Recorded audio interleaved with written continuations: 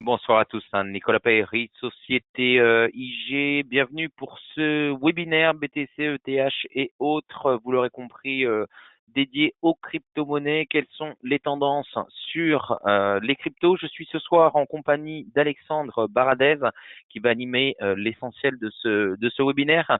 Alors avant de vous expliquer un peu le programme de ce soir, j'aimerais euh, vous demandez si tout le monde m'entend correctement et si tout le monde voit bien la première page de ma présentation. S'il vous plaît, bonsoir à tous. Vous avez un petit chat à votre disposition. Si vous pouviez simplement nous signaler son et image, OK, que l'on puisse commencer sereinement. L'objectif du webinaire de ce soir, une petite revue marché crypto d'Alexandre Baradès qui va vous présenter, comme je vous le disais, l'intégralité, quasi l'intégralité de ce webinaire. Je reprends la main ensuite pour une mise en application sur la plateforme. Puisque les crypto-monnaies, vous allez pouvoir les travailler au travers de produits dérivés, des turbos ou des CFD notamment. Donc voilà pour l'objet de ce soir. Je vous affiche le traditionnel message d'avertissement avant de donner la parole à Alexandre. Et ben écoutez, on me confirme son et image OK. On va pouvoir commencer. N'hésitez pas à vous poser à poser vos questions. Donc je me permettrai d'interrompre Alexandre si on est pile dans le sujet et on y répondra, excusez-moi, décidément en fin de webinaire si on déborde un petit peu. Donc pour le traditionnel message d'avertissement, on va passer rapidement. IG propose des produits dérivés, des options, des turbos, des CFD qui présentent un risque en raison de l'effet de levier. Donc ça, c'est la première chose qui est importante à savoir. On fournit exclusivement un service d'exécution d'ordre et pour le côté régulation, la BaFin pour notre siège en Allemagne et l'ACPR pour notre succursale IG France. Le groupe, en quelques mots, coté à la bourse de Londres, donc sur le FTSE 250, pour ceux qui s'intéressent un peu aux indices UK, IG, c'est 400 000 clients à travers le monde, leader mondial de l'investissement en ligne. À 50 ans, on fête nos 50 ans cette année, création de la société en 1974 et on est à Paris depuis 2007 maintenant. Donc voilà pour la brève présentation. Je vais laisser la parole à Alexandre. Je vous souhaite un bon webinaire et je reprends la main en fin de webinaire qu'on puisse faire une mise en application rapide directement sur les produits et la plateforme IG. Bonsoir Alexandre, Bonsoir Nicolas, bonsoir à tous.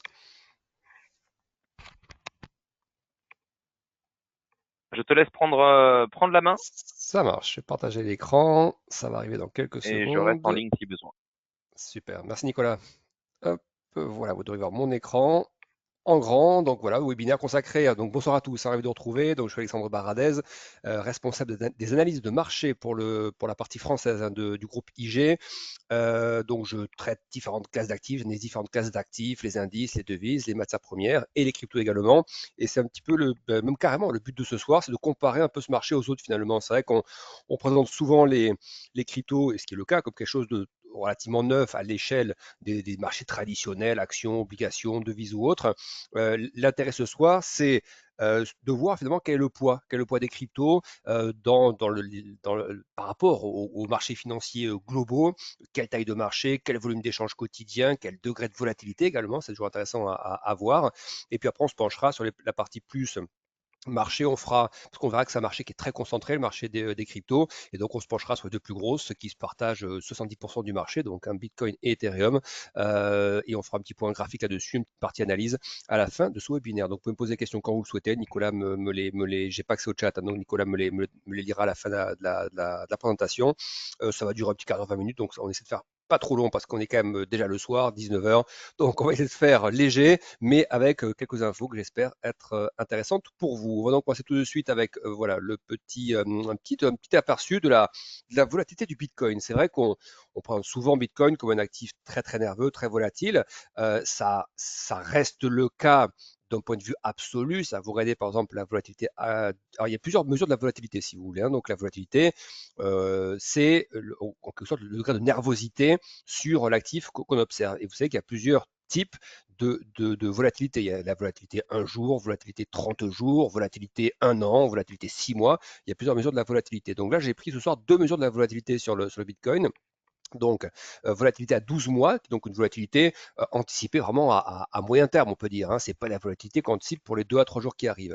On voit donc dans l'histoire, vous avez déjà un historique là-dessus depuis 2012, on voit que les premiers pas finalement en termes de volatilité étaient absolument gigantesques, hein, 144 de volatilité. Pour donner un ordre d'idée, quand on a connu le pire stress sur les marchés financiers lors de la grande crise financière, qui était la crise des subprimes, donc 2007-2008, on était monté à 80 de volatilité. Vous voyez, donc là, le Bitcoin a connu des épisodes de volatilité à 144, 148, même quasiment 150. C'est retombé ensuite. Nouvel épisode, le fameux rallye de 2017, énorme. Et ensuite, surtout l'éclatement de ce rallye, hein, qui a fait la volatilité et l'éclatement de cette deuxième bulle, on va dire, avec une vol qui est remontée à 116. Et puis après, on voit que ça se tasse progressivement jusqu'à tomber à 41. Donc, d'un point de vue de la volatilité historique à 12 mois, eh bien, on n'a jamais été aussi bas en termes de volatilité. Mais attention qu'on parle bien là d'une volatilité à 12 mois. Elle est intéressante parce qu'elle permet de lire un petit peu à travers le bruit, si vous voulez. Après, si on affine un petit peu, qu'on prend la volatilité à 1 mois, ça serait l'équivalent du VIX, si vous voulez. Vous voyez, quand on parle du VIX, c'est un VIX 30 jours. Donc le VIX, je rappelle, c'est l'indice de volatilité du SP500, du plus gros indice américain. Si on prend son équivalent pour le Bitcoin, volatilité 1 mois, voilà ce que ça nous donne. Vous voyez, donc on voit bien le cycle de détente de la volatilité ici, lié à tout ce qui est notamment Q3, Q4. C'était les questions de dépôt de dossier auprès de la SEC par rapport à l'attente de la validation des ETF sur le Bitcoin. Et donc toute cette phase fin 2023, début 2024, vous voyez que la volatilité c'était pas mal tassé, était retombé à 15-20, ce qui est des niveaux de volatilité faibles en fait, hein. Vous voyez 15-20 de vol, c'est un VIX à 15, si je compare ça au VIX, donc, hein, c'est des niveaux de volatilité absolument normaux. Et ensuite il y a la phase où on a connu, qui est assez récente, donc une phase de correction qui a suivi l'énorme envolée vers les records historiques à 74 000 $ à peu près. On a une volatilité après quand le marché a commencé à corriger un petit peu, quand les taux américains ont commencé à se redresser, puis quand il y a eu un petit effet aussi d'un peu de sell the news, hein, après cet énorme rallye, on voit que la volatilité, vous voyez, est quand même remontée à 75 et pour retomber actuellement à 46. Vous voyez, donc on voit que c'est quand même pas tout à fait les mêmes degrés de volatilité et des variations beaucoup plus amples, hein, que sur les actions. Mais ce qui est quand même intéressant, ça c'est la volatilité 1 mois. La volatilité 12 mois nous montre quand même qu'on est sur un cycle progressif, si vous voulez, de réduction de la volatilité parce que ça devient, et c'est ça aussi le sujet de ce soir, un actif à part entière. On n'a pas attendu ce soir pour en parler évidemment, mais ça devient une classe d'actifs. On voit d'ailleurs aujourd'hui que, notamment via les ETF et même des sociétés de gestion qui se créent, qui commencent à créer des portefeuilles diversifiés de crypto ou des gérants de patrimoine qui intègrent la crypto dans les stratégies patrimoniales aux côtés de l'or, aux côtés des indices, aux côtés des obligations, etc.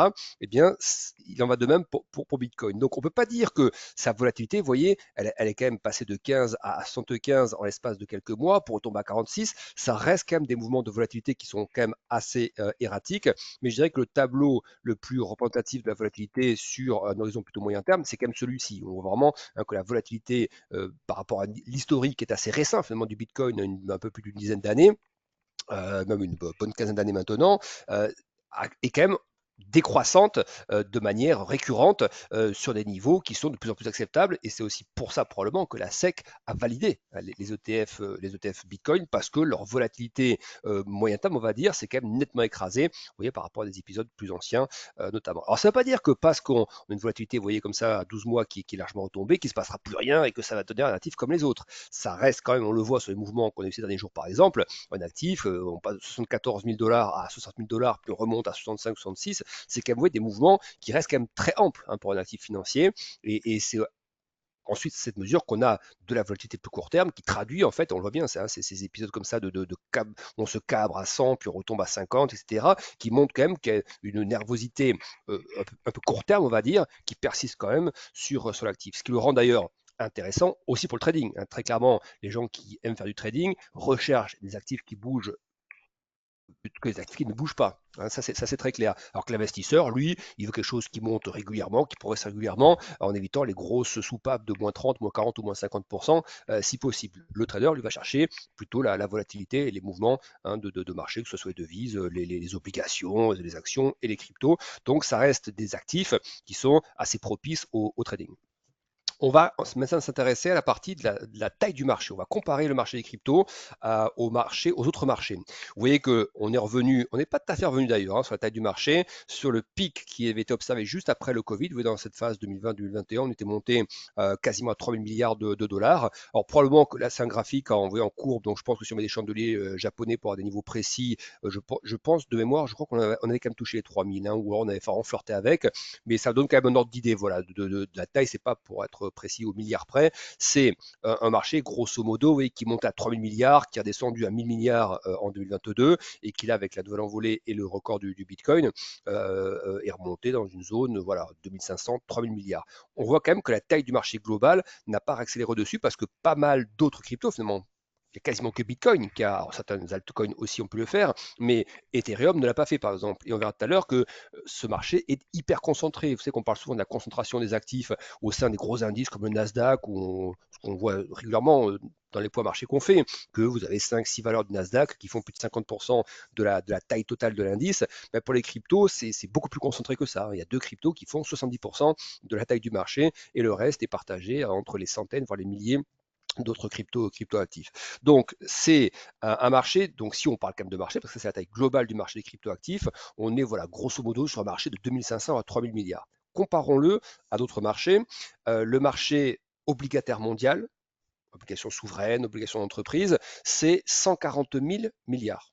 Vous voyez le comparatif, hein, 3 000 milliards d'un côté, grosso modo pour les cryptos, 140 000 milliards pour le marché obligataire. Si on prend le marché actions, toutes les actions au niveau mondial, marché US, sachant que les US c'est la plus grosse partie des actions mondiales, mais si on additionne tout, un marché émergent, européen, etc., le marché actions, les marchés actions, le total, c'est à peu près 100 000 milliards, hein, selon les performances évidemment, 90 000, 100 000 milliards à peu près.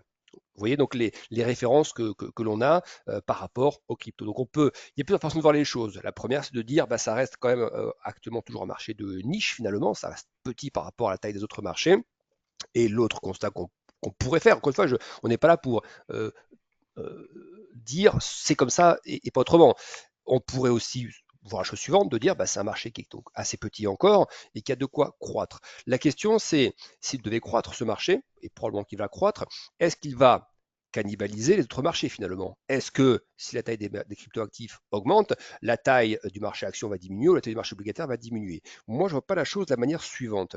Un des gros sujets de la décennie et des 2-3 décennies qui arrivent, c'est quelque chose de plutôt long terme, ça va être la tokenisation des actifs. En gros, vous allez avoir la possibilité dans quelques temps, je pense, d'acheter par exemple des obligations, d'acheter même des participations, des titres, des actions, je sais pas, Apple, Amazon, autres, sous forme de tokens. Ce sera plus des actions directement, ce sera des actifs digitaux qui auront la valeur d'une action Tesla par exemple, mais qu'on pourrait changer sur différentes plateformes sous forme de tokens. Euh, Ça veut dire quoi? Ça veut dire que si ce marché se développe, vous aurez toujours la possibilité d'acheter des actions classiques et des actions classiques seront dérivées, comme les CFD par exemple actuellement, sont des dérivés des actions. Quand vous achetez aujourd'hui un CFD sur l'action Tesla, ça n'enlève rien, ça n'enlève pas l'action de Tesla de l'autre côté si vous voulez. Le dérivé, c'est vous créer un marché parallèle en fait, qui est couvert. IG, quand vous regardez IG, il y a de la couverture. Quand les clients d'IG prennent des positions sur des obligations, des actions ou autres, selon le degré d'exposition des clients, IG va se couvrir, c'est-à-dire va acheter le sous-jacent et prendre des positions dans le marché pour garantir ces positions. C'est même une obligation en fait de sécurité. Si vous n'êtes jamais couvert, bah, ceux qui ne sont pas couverts, quand il y a eu le franc suisse par exemple, l'épisode du franc suisse il y a quelques années, ils ont disparu. Quand vous êtes un courtier, un intermédiaire qui n'est pas couvert, c'est vous qui portez complètement le risque en fait, qui est totalement asymétrique. Donc quand les positions clients sont à peu près équilibrées, long short, bah, ça match directement. Un acheteur, un vendeur se rencontrent sur un dérivé, il n'y a pas besoin de couvrir la position. Si par contre il y a des clients qui prennent des très grosses positions, à plusieurs centaines de milliers de clients sur un même actif au quasiment au même moment ou autre, évidemment que là le courtier doit impérativement se couvrir en achetant ou en prenant des participations, enfin des positions pardon, sur l'actif qui a été dérivé. Donc sur les obligations réelles ou les actions réelles. Donc En fait, ça ne crée pas, vous voyez, ça n'enlève pas de la market cap, d'oblig ou d'action parce qu'on traite sur un CFD. Le CFD, au contraire, va créer un marché à côté qui aura ses propres volumes, en fait. Donc, ça va ajouter une forme de liquidité, une forme d'accès au marché. Et je pense que pour les cryptos, ce sera pareil. C'est-à-dire, si on voit à un moment donné le marché crypto qui atteindra des 5 000 milliards ou 10 000 milliards, euh, ça se verra très probablement un jour.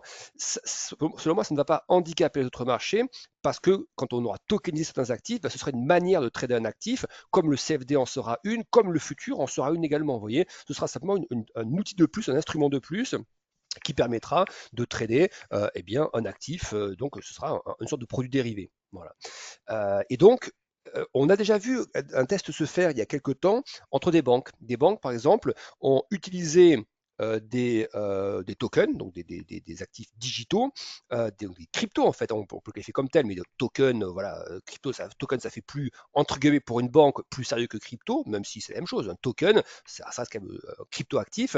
Des banques, des grosses banques, donc de la finance traditionnelle, a procédé à des échanges d'obligations notamment, de participation via des tokens. C'était en fait une forme je vais essayer de simplifier, mais d'échange de collatéral en fait. Je te prête par exemple une quantité d'argent, je vais te demander du collatéral en échange pour me garantir ce prêt d'argent à court terme. Eh bien, ça se fait via des tokens. Mais là, c'est la même chose. Le token va être simplement un instrument, un vecteur en fait, un instrument qui permet de transmettre de la valeur d'une entité à une autre. Ça ne va pas enlever la valeur d'un autre marché, ça peut être un vecteur utilisé, un moyen utilisé pour déplacer une valeur, en fait, un montant par un billet qui va être liquide, rapide, qui coûtera le week-end, par exemple, etc. Voilà. Donc voilà, c'est comme ça que je vois la chose. Je ne vois pas les cryptos monter beaucoup et les autres diminuer. Je vois que les cryptos, le marché, la taille des cryptoactifs peut grimper parce que ce sera une forme de dérivation en fait d'actifs déjà existants, obligataires, actions ou autres. Voilà. Et donc je crois à la tokenisation, mais je ne crois pas à la cannibalisation par contre de la tokenisation d'autres marchés. Si on s'intéresse maintenant au volume sur l'ensemble des cryptoactifs, on voit donc sans surprise que les volumes avaient complètement explosé post-Covid, hein, des années vraiment fastes, hein, où tout grimpait de manière absolument phénoménale. On avait atteint en volume d'échange quotidien 3000 milliards.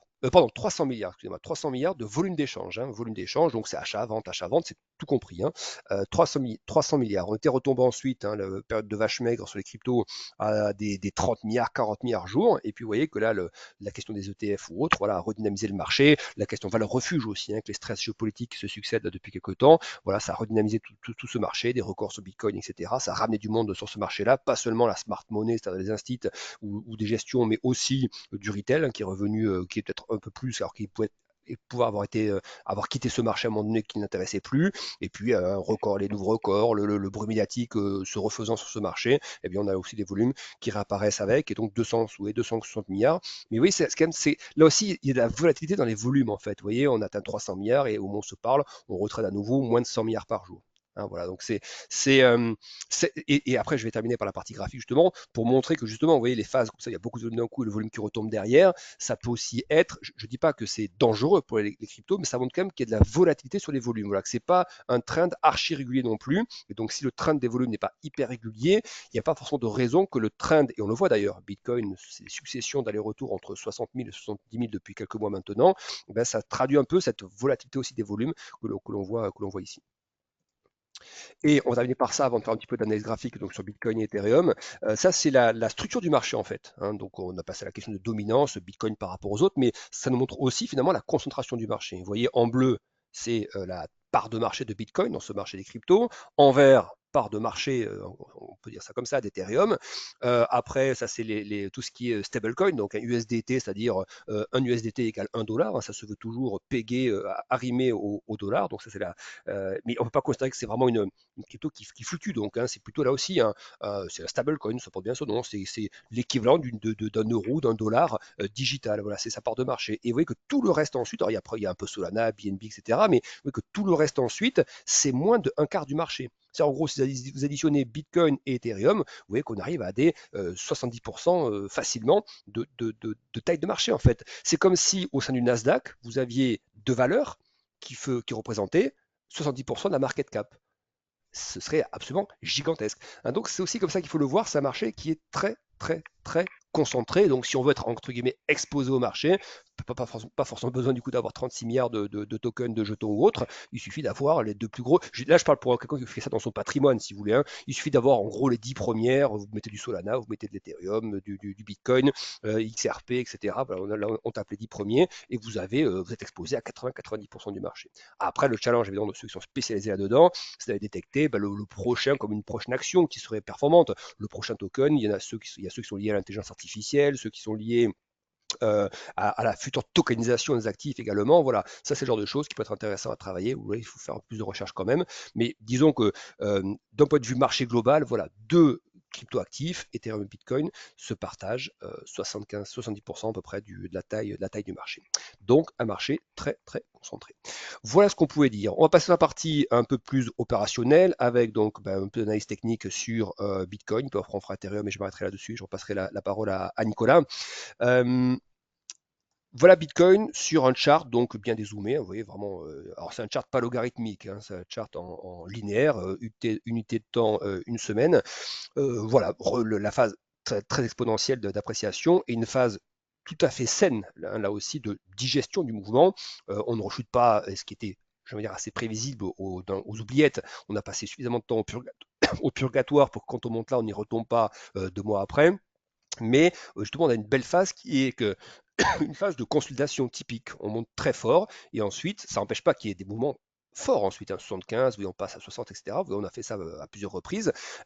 Mais oui, alors ça c'est la dernière vague de hausse, mais si on prend les deux grosses vagues qui ont précédé, voilà, on ne perd quand je dis on ne perd, le marché ne récupère qu'une partie des gains qui ont été générés. Donc ça c'est une vague qui est plutôt saine, donc plutôt appréciable, une vague de consolidation qu'on peut qualifier aussi de vague d'accumulation avant le prochain rallye.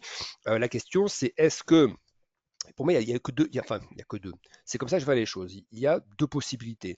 Soit, sachant que ça fait déjà plusieurs mois qu'on est dedans, vous voyez, plusieurs semaines, pardon, excusez-moi, qu'on est dedans, mais donc en gros, ça fait à peu près 2 mois qu'on latéralise. 2 mois, c'est beaucoup et c'est pas beaucoup à la fois. 2 mois pour un trader, oui, c'est beaucoup. À l'échelle d'un graphique comme celui-ci, long terme, 2 mois, c'est pas non plus gigantesque. Donc la question, c'est est-ce qu'on va soit le mouvement le plus basique, on va dire, c'est on poursuit une consolidation dans un range 60-75 000 grosso modo, on poursuit, on latéralise et après on sort par le haut et l'objectif suivant sera donc la projection de la hauteur du range à la hausse. Donc un range à peu près 15 000 $, bah, si ça tape les 75 000 à nouveau, 74 000, on se rapprochera des 90 000 comme objectif et donc les 100 000 psychologiques ne seront plus très loin. Ou est-ce qu'on est dans une phase qui sera un peu moins favorable où on pense qu'on aura un range où ça va d'abord déraper un peu plus bas. Quand j'ai dérapé, c'est pas négatif, c'est-à-dire où ça va simplement corriger un peu plus. 60, on passerait par exemple à 56 000, qui est le niveau, ça c'est les Fibonacci, vous voyez, sur le dernier rallye. On voit d'ailleurs là, le rallye, la consolidation se concentre sur le Fibo 38,2, voilà, on ne descend pas en dessous. Donc c'est un niveau qui est, et là on le voit, hein, c'est pas au hasard qu'on s'arrête là-dessus, c'est des ratios, les algos sont calés sur tous ces ratios, sur les moyennes de prix, les Fibo, les résistances, les supports, c'est vraiment des choses assez basiques hein, d'un point de vue de la programmation algorithmique. Donc pour l'instant, c'est ce qui fait office de support. Si on devait chasser à nouveau ce territoire, parce que, je ne sais pas, les taux américains, ce qui n'est pas le cas aujourd'hui d'ailleurs, hein, les taux américains sont un petit peu détendus, on a eu un PMI service cet après-midi aux États-Unis qui était plus faible qu'attendu. Ça a plu, on voit que le marché action repart assez vigoureusement pour l'instant, et les taux US sont un peu détendus, donc ça plaît aussi aux cryptos. Mais c'est une stat, hein, c'est une stat. On se souvient que la semaine dernière, et c'est ce qui a d'ailleurs fait baisser, je dis pas plonger parce que c'est pas un peu le terme, mais ce qui avait quand même fait relâcher une partie du gain ici sur le Bitcoin, c'est qu'il y avait eu toute une thématique là, ces 10 derniers jours, enfin la semaine dernière et un peu avant, sur des taux qui se redressaient beaucoup, des discours de banquiers centraux côté US qui étaient plus fermes, qui reconnaissaient la résilience de l'inflation avec le risque que la Fed ne baisse pas ses taux, etc. cette année. Et ça, hein, comme tout le reste, le Bitcoin n'a pas aimé. La question, c'est un peu comme on se la pose actuellement sur le CAC ou sur les indices américains, c'est est-ce que ce rebond, ça y est, on a purgé ce qu'il fallait à 60 000, on va revoir le sommet et casse sur du range et on sort vers les 90 000. Est-ce qu'on y va déjà, en fait, c'est la question, est-ce qu'on y va déjà tout de suite, ou est-ce que le marché va devoir oui, soit rester encore quelque temps dans le range et sortir par le haut, soit relâcher un peu plus, et là je vous remets le chart en hebdo, relâcher un peu plus et donc aller chercher le FIBO 50% par exemple, vous voyez, plus proche donc des 55 000. Voilà. Et dans un scénario, pour moi, le scénario vraiment, ce qu'on appelle un peu le seuil de douleur, le niveau vraiment le plus dur à supporter, bah, ce serait cette zone des 50 000. Il y a du monde à 50 000. Hein. Il y a à la fois ici des d'anciennes résistances par là qui se trouvent un petit peu en dessous de 50 000. Il y a la belle oblique qui passe ici, là aussi dans la zone un peu en dessous de 50 000 quand même, mais qui passe là. L'ancienne résistance, vous voyez, ça monte ici, ça repart et ça accélère au-dessus. Donc ça peut devenir un support. Pour moi, le worst case, hein, si on parle comme ça, le pire des scénarios, ce serait retour ici. Voilà. Retour ici avant de repartir. Hein, donc, vous voyez, donc c'est encore une fois, un investisseur, il sera pas choqué par ces mouvements-là parce qu'il est habitué à la volatilité sur un actif comme celui-ci, s'il est déjà dessus depuis des années. En trading, c'est quand même des choses intéressantes à travailler. C'est-à-dire que pour l'instant, on est vraiment pile au milieu du range. Vous voyez, donc pour l'instant, je vois aucune raison d'être agressif à la hausse, à la baisse. C'est totalement de l'observation. C'est voilà, range, zone très latérale, pas de momentum. Euh, on va donc surveiller, voilà, à partir de là, qu'est-ce qu'on fait? Est-ce que le Bitcoin tient cette zone et remonte par là? Si on remonte une nouvelle fois à 74 000, si on voit que les marchés actions progressent aussi, si on voit que ça se fait dans un contexte où les taux américains se détendent parce qu'on a des chiffres d'inflation plus faibles, enfin, qu'on a des discours à nouveau de banquiers centraux côté US qui à nouveau redeviennent un peu plus accommodants après la phase un peu plus agressive qu'on a eu ces dernières semaines, vous voyez, si on tape 74 000 dans ce genre de contexte, taux plus faible, discours un peu plus souple des banquiers centraux, et puis, je ne sais pas, un thème lié à la SEC, par exemple, je sais pas, qui dirait un truc, qui validerait les ETF Ethereum, ce genre de truc, voilà, ce serait, à ce moment-là, oui, on pourrait tenter la sortie par le haut, avec un objectif 14 000 $ plus haut, voilà. Mais ça, c'est vraiment le meilleur des scénarios. Il faut déjà être revenu là-haut. Et puis qu'on y revienne, idéalement avec quelques signaux un peu du côté monétaire, un peu du côté taux, pourquoi pas un peu du côté dollar aussi un peu plus faible. Et là, effectivement, ce serait un signal plutôt intéressant pour aller chercher plus haut. Donc pour l'instant, on n'y est pas, donc moi je ne me précipite pas pour recommander cette partie-là. Et encore une fois, c'est très symétrique hein, en ce moment. Si on voit que par exemple la bougie hebdo, elle est bien verte pour l'instant, si cette bougie devient rouge, si on retombe à 64 000, 63 000, je sais pas, dans les 2-3 jours qui arrivent par exemple, et qu'on voit que le marché action fait pareil. Vous voyez qu'après la petite phase un peu de rebond qu'on a là en début de semaine, que le marché action à nouveau redevient rouge sur l'ensemble de la semaine. Ça peut vouloir dire qu'effectivement on n'a toujours pas fini cette phase de digestion, qu'on n'est pas prêt à en sortir par le haut, et dans ce cas-là, on pourrait travailler un retour 64 000, 60 000. Vous voyez, ça pourrait faire partie d'un trade, d'un swing à travailler, toujours dans un intervalle de prix qui est connu, mais on ira à ce moment-là chercher le bas de la zone ici. Et si on est agressif, on essaie de porter un peu la pause pour aller chercher le niveau inférieur. Voilà, mais c'est idéalement, il n'y a pas toujours de corrélation, même rarement, j'ai envie de dire, hein, entre les cryptos, les indices ou autres. Mais dans les grosses phases, on en voit quand même des corrélations. Vous voyez, typiquement la phase de repli 72 à 60 000, ça s'est fait dans un environnement qu'on a décrit, hein, où les banquiers centraux ont tapé un peu du poids sur la table, ont indiqué que côté Fed, je parle, hein, pas côté BCE, où ils ont indiqué voilà, qu'il n'y a pas d'urgence à baisser les taux, etc. Donc vous voyez, là par contre, les actions ont baissé et les cryptos ont baissé aussi. Donc je trouve que c'est encore mieux quand il y a corrélation, parce que justement, on a plus envie d'y aller parce qu'on voit que d'autres classes d'actifs sont aussi soumis au même régime en fait, de stress par rapport à une banque centrale ou autre. Et dans ce cas-là, c'est quand vous voyez, beaucoup de marchés bougent en même temps suite à une nouvelle, c'est que c'est une nouvelle qui est suffisamment conséquente pour bouger différentes classes d'actifs en même temps. Et dans ce cas-là, je trouve que la validité du signal est un peu meilleure et donc plus pertinente à travailler. Voilà pour Ethereum. Donc pour l'instant, c'est vraiment statu quo, stand-by, rien à travailler au milieu du range, c'est totalement neutre. On enchaîne avec l'Ethereum, pardon, et on va s'arrêter là-dessus. Donc Ethereum, voilà, qui n'a pas lui fait son retard. La thématique ETF Bitcoin a quand même porté Ethereum parce qu'évidemment, c'est celui qui est placé juste après Bitcoin. Si des ETF devaient être validés, ensuite, ben, le premier, ce serait effectivement le suivant serait Ethereum. On voit que la SEC ne se précipite pas parce elle ne, elle elle ne catégorise pas Ethereum de la même manière que Bitcoin en fait. Hein. Donc securities, pas securities, voilà, c'est le débat qui agite aujourd'hui la SEC. Donc c'est un peu dégonflé comme Bitcoin aussi. On retourne sur l'ancien palier, vous voyez, ça c'était les Fibos que je vais tracer toute la phase de baisse ici. Vous voyez, les anciens Fibos de redressement ici, on les retrouve aussi en support. Hein. Ça peut aussi marcher, on voit qu'on s'arrêtait là sur le Fibo 50% notamment. Donc là, c'est un peu comme Bitcoin si vous voulez. Si vous êtes un investisseur, oui, si vous êtes patient, si vous investissez sur des horizons de 2, 3, 4 ans, aucun souci pour acheter Ethereum sur le niveau actuel. Je ne vois pas d'argument pour ne pas y aller. Donc, surtout sur des retracements comme ça qui sont déjà assez significatifs. Si après on est sur et c'est important à préciser aussi, hein, là vous voyez que ce que vous avez comme cotation, c'est les cotations de IG. IG a dérivé Ethereum, a dérivé Bitcoin. On peut donc être long ou short. Vous voyez, bouton achat, bouton vente. On n'est pas seulement en vente quand on est en position longue. Si vous voulez être net vendeur, c'est-à-dire shorter dès maintenant par exemple Ethereum, vous pouvez. Il ne faut pas avoir une position longue d'abord pour ensuite décider de passer d'être vendeur, hein, comme sur le CAC ou d'autres actifs.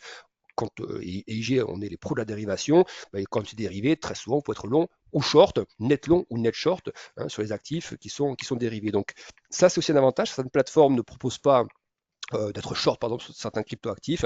Chez Iger, il n'y a pas des gros effets de levier là-dessus, c'est quand même très réglementé, mais vous pouvez être long et short si vous souhaitez, hein, sur Ethereum.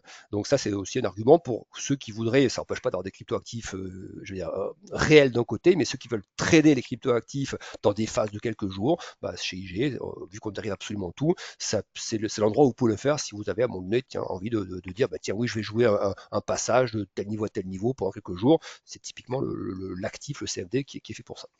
Pour terminer sur l'analyse graphique, donc comme pour Bitcoin, si vous voulez, si on doit jouer long, je veux dire en trading, c'est en trading en se disant est-ce que je rentre maintenant pour les 2-3 prochains jours ou même 2-3 prochaines heures. Pour l'instant, c'est un peu comme Bitcoin. Il n'y a pas de tendance qui me paraît vraiment facilement exploitable. Soit effectivement, vous voyez, on a des bonnes nouvelles sur Ethereum via la SEC ou autre genre de choses, et on a un Ether qui remonte à 4000, et là effectivement on cherchera à jouer de manière assez classique le retour sur sommet, donc il y aura un beau parcours à faire de 4000 à 4800, ça fait 20% de gain potentiel là derrière, mais j'attendais vraiment un peu, je dirais presque le dernier moment pour y aller, c'est-à-dire à la certitude que le bottom est bien formé, qu'on vient de taper un peu ici, ça voudra dire probablement que Bitcoin sera aussi en train de marquer de nouveau encore autre, vous voyez, on aura des arguments, un contexte psychologique pour aller plus haut. Là, la question, c'est plus est-ce que le support tapé, est-ce que l'ancien Fibo 50 est un support?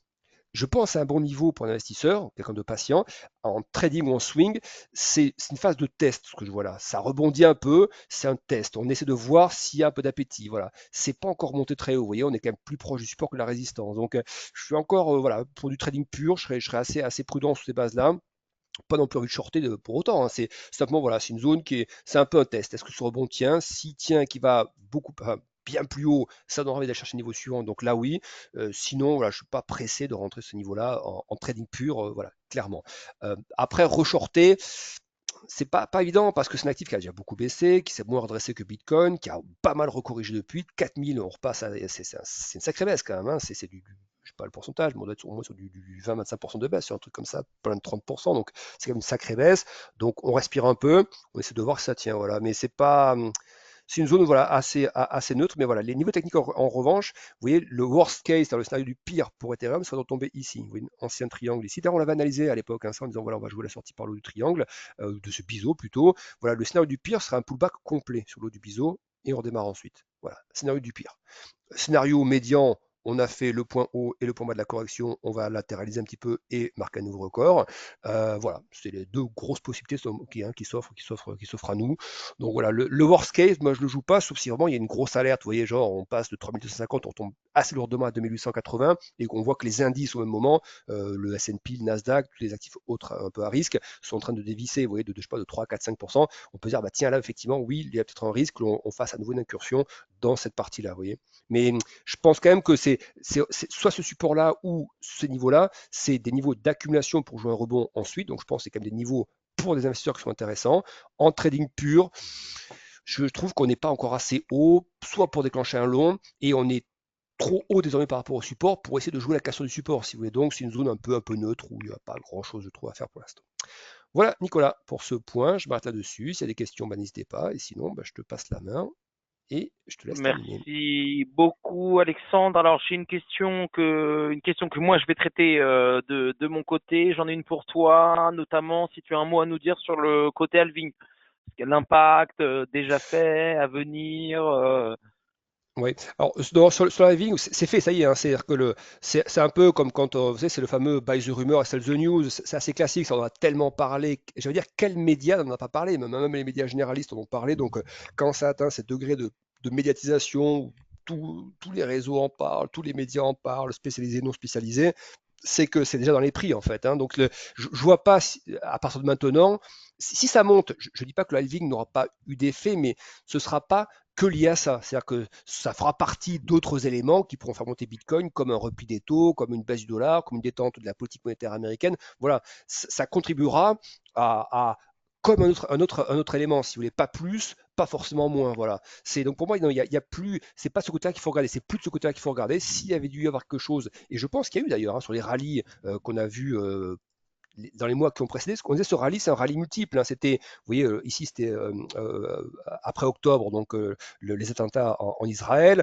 ensuite les dépôts de dossiers auprès de la SEC, et ensuite la validation ici, puis les espoirs de baisse des taux. Souvenez-vous, fin 2023, Jérôme Powell qui, en décembre, qui parle que ça y est, on va commencer à avoir le débat sur les baisses de taux, etc. Donc, oui, c'était vraiment la période où tout était bien agrégé en termes de bonnes nouvelles pour Bitcoin. Donc, on est en train de digérer. Et le halving, probablement était aussi acheté à ce moment-là en fait, hein. Vous voyez, c'était pas que les ETF ou que la valeur refuge ou autre, c'est un agrégat de plusieurs choses. Donc tout ceci est déjà dans les prix désormais, le côté valeur refuge, le côté ETF, le côté halving, voilà. Donc on digère tout ça en attendant le prochain booster, il faut un prochain catalyseur.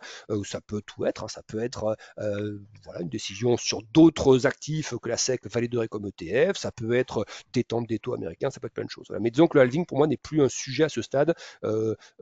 À traiter en priorité, quoi. Voilà, il n'y a pas, y a pas, y a pas d'élément plus que ça qui favoriserait lié au halving, la prochaine hausse du Bitcoin, c'est déjà dans les prix. Merci beaucoup, Alexandre. Donc, je vais reprendre la main. Autre question, est-ce qu'il y a des turbos 2, 3, 5 pour le Bitcoin et Ethereum? Donc, ça, effectivement, c'est la partie qu'on va traiter maintenant. Avec Super. quels produits vous allez pouvoir investir sur les cryptos avec IG? Merci beaucoup, Merci Nicolas. Alexandre Bonsoir à tous. Paradès, pour cette intervention. Et je reprends la main pour une petite mise en application directement sur la plateforme. Alors, je vais partager mon écran à nouveau. Ben écoutez, on est bon. Alors, je vais afficher directement la plateforme hein, sans plus tarder. Il est déjà 19h35. Alors là, je me mets sur le tableau de bord. Donc, quand vous êtes client chez nous, vous avez également accès à des comptes de démonstration pour ceux qui ne sont pas encore clients. Voilà le tableau de bord sur lequel vous arrivez. Ça vous permet d'intervenir sur les différents produits. Donc IG, on propose des turbos, des CFD et des barrières. D'accord? Les trois produits ont de l'effet de levier. D'accord? C'est des différences de caractéristiques de construction du produit et également de réglementation de niveau d'effet de levier. Donc on va regarder notamment ce soir le CFD et le turbo, les barrières et options. Ça va être un peu comme un super CFD avec un peu plus de levier notamment. Ok, donc on va regarder ce soir le CFD et le turbo. Si vous faites de la crypto, vous allez pouvoir le travailler en CFD et en turbo. La différence, ça va être déjà, première chose, le levier. Vous avez un levier de 2 sur la partie CFD. Par contre, un nombre de crypto un peu plus important. Si vous faites du turbo, vous avez CFD Ether, mais par contre là vous pouvez avoir plus de leviers. Vous pouvez avoir un levier qui va jusqu'à quasiment 10. Ok, donc on va commencer avec la partie CFD. Je vais me mettre sur un compte de démonstration sur un nouvel espace de travail. Donc vous avez votre arborescence. Donc là c'est votre espace pour vous permettre de prendre position. Hein. Donc que ce soit sur de l'indice, du forex, des cryptos, des actions, des matières premières, des taux, des obligues, des ETF. Donc un peu ce que vous voulez. Donc là on est sur la partie crypto. Vous choisissez la valeur qui vous intéresse. Donc on a beaucoup parlé Bitcoin, Ethereum, mais vous avez le Bitcoin Cash, vous avez de l'Avalanche, du Solana, Crypto 10 Index, vous avez du Cardano, Litecoin, vous avez même des paires de l'Ether par rapport au Bitcoin, du Bitcoin Cash par rapport au Bitcoin. Vous voyez, donc ça c'est plutôt sympa. Vous détenez pas la crypto, je le répète, hein, vous ne détenez pas la crypto en tant que telle, vous détenez un CFD qui réplique le cours de la crypto.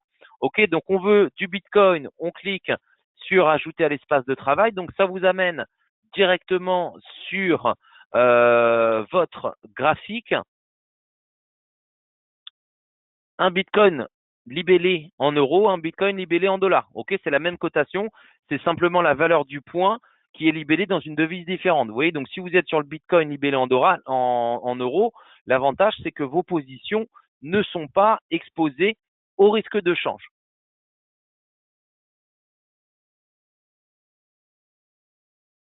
Ok.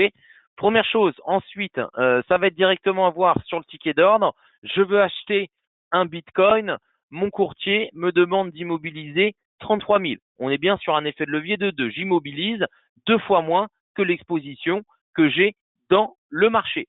Ça ne veut pas dire, qu'on soit bien d'accord là-dessus, ça ne veut pas dire que mon risque, il est de 33 000 euros. Non, la couverture, c'est vraiment comme une caution. J'immobilise 33 000 euros pour pouvoir entrer dans le marché. Ensuite, mon risque, vous le déterminez directement ici. Je veux mettre un stop à 60 000 sur le Bitcoin. Je mets mon stop à 6 000 points. Je prends un risque de 6 000 points fois 1 euro. Je prends un risque de 6 000 euros. Je veux prendre un risque de 150 points sur le Bitcoin.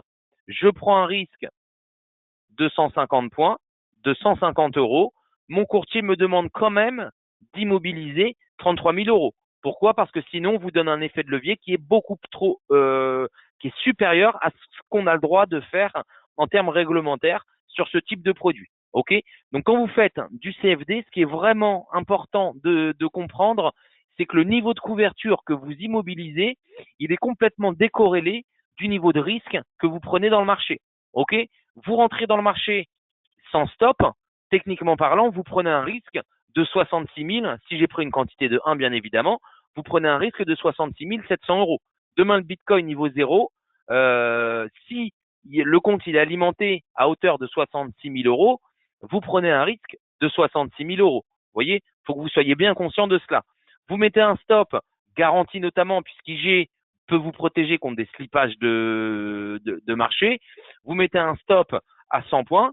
Même si vous avez une position techniquement parlant qui vaut 66 000 dans le marché, vous prenez un risque de 100 euros. Mon courtier me demande de bloquer 33 000, je prends un risque de 100, j'ai une position de 66 000 dans le marché. Si vous voulez voir le nominal que vous avez dans le marché, paramètres, valeur nominale. Vous tiquez, vous voyez nominal dans le marché, ça s'affiche sur le ticket. Je veux 10 lots, j'achète 10 bitcoins, on ne me demande pas d'immobiliser 600 000, j'immobilise 300 000. Ok? Je veux acheter 0,1 bitcoin, j'ai une position dans le marché de 6 000 euros, mon courtier me demande d'immobiliser 3 000. Ok? La tarification, pas de frais fixes d'ouverture de position, pas de frais fixes de clôture de position, c'est le spread. Donc uniquement la différence entre le cours acheteur et le cours vendeur. Ok? J'achète, j'anticipe une hausse du marché, je vends, je ne possède pas encore de Bitcoin. Vous voyez dans mes positions là actuellement, j'ai du Nvidia, j'ai de l'USD GPI, j'ai de l'or, j'ai pas de BTC, je peux shorter le BTC, d'accord? J'anticipe une baisse du marché, donc je vends quelque chose que je ne possède pas encore. Mon objectif, c'est de le racheter moins cher. Ok? J'entre dans le marché, je place mon ordre. Mon ordre, il est confirmé. Je le retrouve dans mes positions ouvertes. Je clôture ma position. Je rajoute un stop. Je rajoute une limite. Je clôture ma position de manière partielle. Je suis sorti du marché en un clic. OK? Là, on est sur la partie CFD. D'accord? Donc, je récapitule. Vous avez des contrats libellés en euros, des contrats libellés en dollars. L'effet de levier, il est de 2. La tarification, c'est le spread, plus des frais de financement si vous êtes en position la nuit. On switch maintenant sur la partie turbo. Turbo, on est toujours sur des produits dérivés, avec effet de levier. Là, on est sur des produits listés. C'est pour ça que la réglementation en ce qui concerne l'effet de levier est différente. C'est pour ça que vous allez pouvoir, sur les turbos, avoir un effet de levier qui va être supérieur. Donc là, c'est la même plateforme. Donc si vous connaissez la plateforme CFD, l'avantage, c'est que vous n'avez pas une nouvelle plateforme à apprendre. On va ici dans crypto, on a du Bitcoin ou de l'Ether. On clique sur le sous-jacent qui nous intéresse. Une fois qu'on a cliqué sur le sous-jacent qui nous intéresse, on choisit le sens. J'anticipe une hausse du marché, j'achète un turbo long. J'anticipe une baisse du marché, j'achète un turbo short, le call, le put. OK? Turbo long, vous voyez, ensuite vous choisissez un niveau de KO. Le KO à 16 000, vous avez quasiment un levier extrêmement faible. Vous choisissez un KO à 25 000, vous avez un levier de 2. Vous choisissez un KO à 50 000. Le KO, c'est le niveau qui va désactiver votre turbo. Vous avez un levier de 4, etc. Vous choisissez un KO à 77 000. Pour ceux qui sont short, hein, vous voyez, on a 66 000, donc 77 000, 10 points. À ce moment-là, vous avez un levier de 6. Vous voyez, donc en fonction, c'est ça l'avantage du turbo, en fonction du niveau de désactivation de votre turbo, vous avez des niveaux de levier différents. Je vais switcher sur le compte réel pour que vous ayez quand même une idée un peu de ce que vous avez accès turbo, voilà, compte réel, des niveaux de turbo auxquels vous avez accès. Donc là, on a dit crypto sur le Bitcoin que j'ajoute à l'espace de travail turbo long. Vous voyez, voilà un peu à quoi ressemble l'offre Bitcoin quand vous êtes client chez nous. Vous voyez, donc si vous avez des KO extrêmement loin, prise de position long terme, bah là vous avez un levier de 2, d'accord? Donc le même levier que ce qu'on vous propose sur CFD. Là, à ce moment-là, pas de frais de financement si vous êtes en position la nuit. C'est uniquement le KO qui va venir se réajuster lorsque le turbo évolue à la hausse. OK. Si par contre vous êtes voilà, vous voulez plus de levier, vous avez ici un KO directement à 58 000, hein, donc on est 66, quasiment 10 000 points en dessous. À ce moment-là, on a un levier de 8. Sur les turbo short, si vous vous voulez shorter le Bitcoin, KO ici à 68 000, vous voyez 2 000 en dessous, vous avez un levier de 40. D'accord? Donc, vous voyez, les turbos, pour ceux qui ont des convictions plutôt court terme et qui ont besoin de gros leviers, c'est quelque chose qui est possible. En termes de tarification, c'est du spread à partir d'une prime de 300 euros et le turbo, vous payez ici directement votre niveau de risque. Vous voyez, vous achetez un turbo ici, vous payez au maximum un 94, c'est votre risque. Vous achetez 10 sans turbo, vous payez 194, c'est votre risque maximum. Vous pouvez sortir du marché, bien évidemment, avant d'avoir tapé le KO. Si vous voulez rajouter, vous pourrez même rajouter un stop et une limite sur votre position. OK?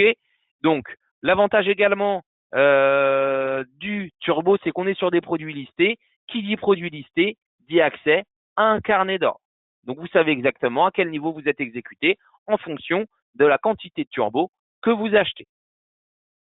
OK? Je ne vais pas trop vous donner d'informations. Sachez qu'il y a des webinaires qui sont spécialement dédiés à l'utilisation des CFD ou à l'utilisation des turbos. Donc là, on rentre vraiment dans le détail, dans le ticket d'ordre, dans les ordres au marché, les ordres limités, les alertes, etc. Donc n'hésitez pas à consulter ça. N'hésitez pas à passer des ordres également sur le compte de démonstration. Mais voilà, pour simplifier la chose, CFD, produit OTC, effet de levier de 2, une quinzaine de cryptos. OK? Sur les turbos, Bitcoin, Ether, effet de levier variable en fonction du niveau du KO que vous choisissez, accès à une profondeur de carnet et vous payez 3 euros d'ouverture, 3 euros de clôture pour les micro-ordres, pour les ordres inférieurs à 300 euros dans le marché. Merci à tous, à toutes et à tous de votre participation à ce webinaire. C'est un webinaire qui sera disponible en replay dès demain, d'accord? Nous sommes disponibles jusqu'à 20h si vous n'êtes pas encore client IG et 24/24 si vous êtes déjà client IG. Merci de votre participation. Je vous souhaite une excellente fin de journée. À très bientôt. Au revoir.